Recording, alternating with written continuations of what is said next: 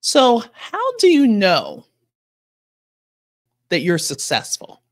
Like, how do you know that you're at the place where you want to be? Is it more money?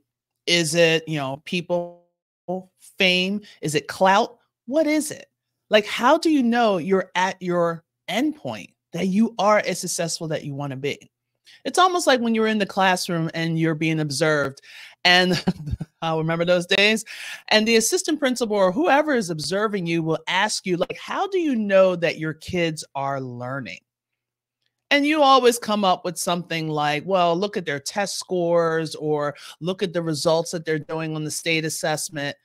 But we all know, like, that's like the kids basically guessing correctly or hoping that everything that we're teaching them is translating.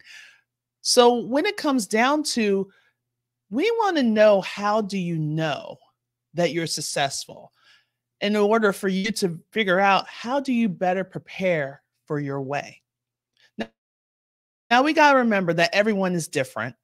Everyone's pathway is not going to be exactly the same, even though it says so in the Bible. Here we go. Matthew 11, verse 27 to 29. Take my yoke upon you and learn from me, for I am gentle and humble in heart, and you will find rest for your soul.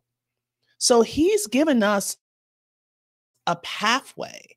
He's given us the guide. And if you don't know what a yoke is, it's that device that they put over the cattle to steer them into the right direction. They usually come in twos. So if he's going right, you're going right. If this person's going left, then that person's going left. So it's almost like he's given us the path, but no matter what, even though he's making that way, it's our job to take that first step. So in order for you to prepare the way and for you to define what success means, we're going to talk more about that today.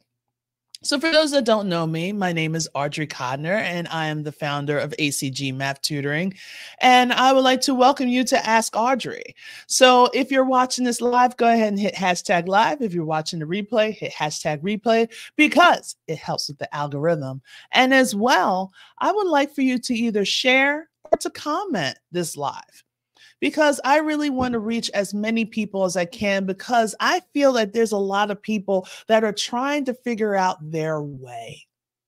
I keep seeing it over and over in a lot of these Facebook groups of a lot of people that are currently teachers and are feeling very disgruntled and don't know what their next steps are. So they rely on us to kind of help somebody else to say, hey, I'm feeling like this. You're feeling like that? Great. What are you going to do? So they're waiting for someone else to kind of give them that guidance.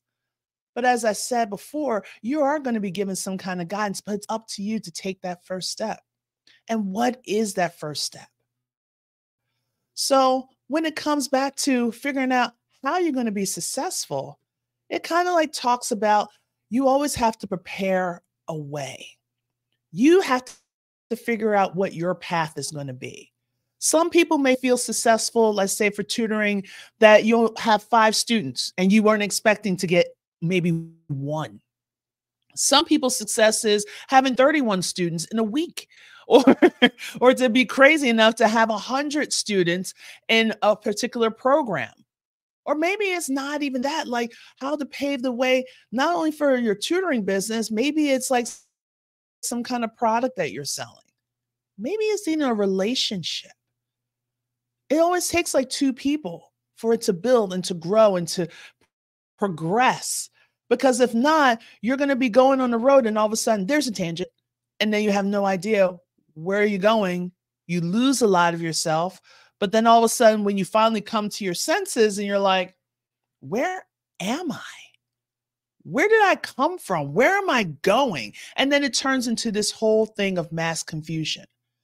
And I've seen that a couple of times, especially in my tutoring business. When I first started, I didn't know what to do. I didn't know where to go. I didn't know who to talk to and who to trust that they were going to give me enough information in order for me to make the decision upon myself to make that change. Maybe I don't have to leave the classroom. Maybe I just need something off to the side to get me excited for my day. but why? And what is it? And how am I going to find it?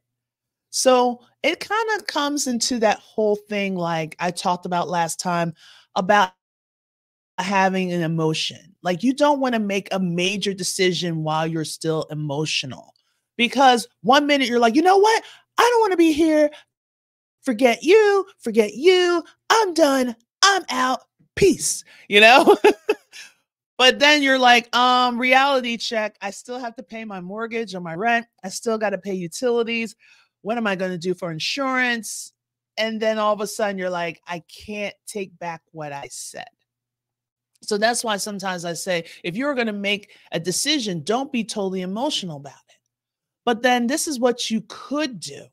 So you can actually write down something called goals. I know a lot of people that want to start a tutoring business, and the first question they always ask me is, how do I get clients? But then I ask them, I'm like, well, how do you know that you're going to be successful? Maybe 2 clients is successful for you. Maybe 10 clients is successful for you. But what are you going to do with those clients?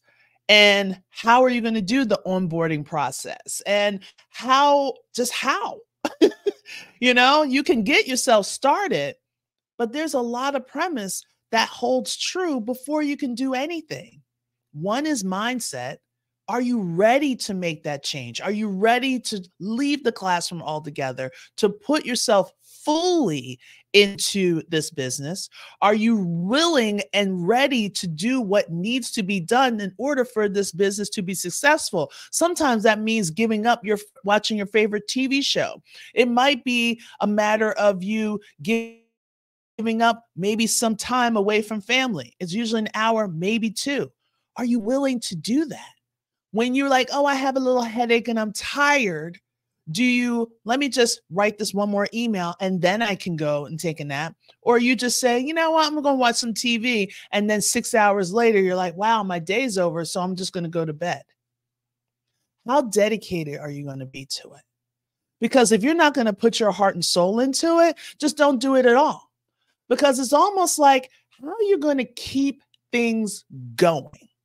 You know, in the beginning, we're like, yes, I'm out of the classroom. This is what I'm going to do. I'm excited. But then all of a sudden, the passion just kind of leaves you. And it's almost like you want to ask that question, like, how are you going to keep that passion alive on your later days than the first day? The first day, you're so into it. You want to get it done. You want to achieve. It's almost like you want to basically give the preliminary, the middle finger, I should put it nicely, to those that you felt did you wrong, and to show them that I can be successful without you. But are you willing to put that dog into it? Are you willing to work hard? So that's why sometimes it's hard for me to understand when people are like, I'll do this today and maybe next week I'll do this. I don't understand that. Because when I was growing up, and I'll put it in basketball terms, I wasn't a natural born athlete just because I'm 6'1". No, I had to work at it. I didn't start playing basketball until my 9th grade year in high school. And I was terrible. Absolutely, positively terrible. But then I went to camp. I went to 2 camps. And every camp they gave us a packet. And that was my Bible. And I went through, and my parents dropped me off at a basketball court. Okay. Dropped me off at 9 o'clock in the morning and didn't pick me up until 6:30 at night. It was a different time, but that's what I did. There was multiple times that I argued with my mom about going to church because she always wanted me to dress up, but I wanted to go to the courts right after church because I knew once I get home, I'm not going to want to go back out. And plus, I didn't know how to drive, so she was my ride. But when it came down to it, every time I went to that court, I practiced shooting. I practiced rebounding. I practiced bouncing the balls off the wall. I practiced my overhead pass, my underhead pass, my bounce pass. I did defensive slides, and it was an open court. People can see me. I didn't care. And sometimes I was doing that during the hottest part of the month because I wanted to be a basketball player. And not just because I wanted to do it here and there, because that was my dedication. I felt good when I was doing basketball. It was slowly becoming a part of my life. And I was really dedicated with it. And then that dedication paid off. The following year, got more playing time. But it wasn't until the next year. That's when it started coming around, when I had 125 different colleges wanting me to be recruited. I don't know what slacking off means. And for those that have never seen me play, I was a monster in the post. I was an absolute beast. And I carry that over into my business. When I talk to the kids, I may talk to them caring, but at the same time, I have that determination and that drive, and I know they can do it too. So when I hear an excuse, I'm like, stop with the excuses, just get it done. We can get it done in 10 minutes. Let's go. You can definitely get it done and turn it in. So I do a lot of those things. So when it comes down to preparing a way, I had to write down what my goals are. And as soon as I hit that goal, I have to rewrite my goal. I need to look at them again to see, hey, maybe there's something that I already did and I don't remember. Because when we get so caught up into it, like now, I look back at my years of playing basketball and I was like, man, I really did it. I was on that court 7 days a week for hours. And I played against some big guys that usually tossed me to the ground because I was the only girl on the court, until they knew that I wanted the rebound and I flipped their butts over my shoulder as I'm outletting the ball to my teammate to score the easiest two in his life. That's Audrey. So when it comes to making that plan and paving that way, I have to draw up and follow through on my goals.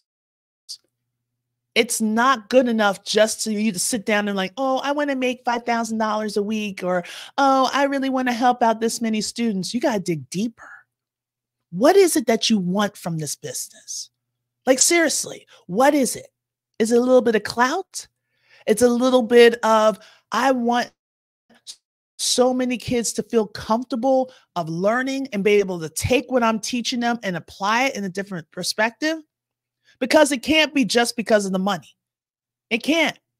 Because if you try to keep doing it just for the money, you're not going to last long. You want to stay in this business for over a year. In order for you to do that, you're going to have to dig deep and find out what your goals are, find out what your integrity is, and then to process it and to do it. So when it comes to preparing your way, here's a question for you. How are you going to know where you're going if you don't know where you've been?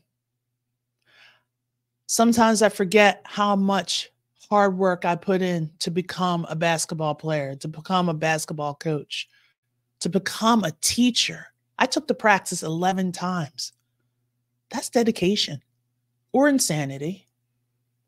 But for the most part, I wanted to be a teacher. And when it was time for me to step and to leave, it was hard because I thought about how much time and how much effort and how much money I spent to become a teacher. And then I was just going to leave it. But then I found online tutoring and I am still able to advance in my instruction. I'm always being challenged to do something else. And on top of it, I'm able to help kids all around the world. And I'm loving that. So if you're thinking about being a tutor, I can help you. Join my Facebook group, the Class from the Classroom to Online Tutoring Virtual Community. We're going to have some events. Actually, this Saturday, we're going to have what's called a collab workday, where I do like a mini Q&A. Then I designate like 45 minutes for you guys to work on something with your business, be it a flyer, be it an email, something basic, okay? And then at the end, we'll do like a hot seat so you can have that feedback that you need. Yes, that flyer looks awesome. Hey, why don't you tweak this? Hey, you know what? That color yellow doesn't work. Okay, change that color. At least you're going to get some constructive criticism that you can take, tweak, and then you'll be able to apply by the end of that session. But another thing that's coming up, I've got a couple upcoming events happening and it's all happening within my group. That's the only way you can get access to all this, okay? So one event is my 14-day Kickstarter. So I keep seeing a lot of teachers saying, hey, I need help. I want to go. I want to do online tutoring. I don't know what it is. How do I get started? I got tired of seeing those same questions being repeated over several Facebook groups. So what I decided was I'm putting together 14-day Kickstarter, okay, going from teacher to tutor. And trust me, there is that shift that you really have to do before you can do anything. So if you're interested in that, go ahead and join my Facebook group so you can get more information on that. Then we're going to have a small event, something to help parents and to celebrate them a little bit. Give them a little break. You know, once the kids go on their winter break, you know they're going to be watching video games 24/7, but there's going to be times that you need to give them a little break. So one of the things that we're going to have is a Merry Mix Extravaganza. So it's basically holiday traditions from around the world.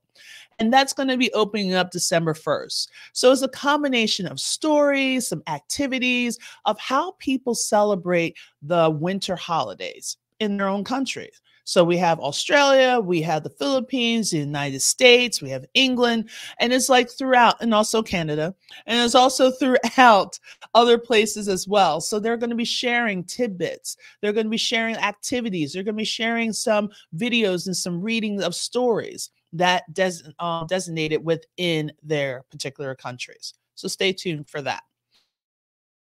And lastly, but not least, so for Two Tutors Talking for tomorrow at 11 a.m. Eastern Standard Time, I have the great privilege to interview Susan Grimes from Tutoring by Miss Susan.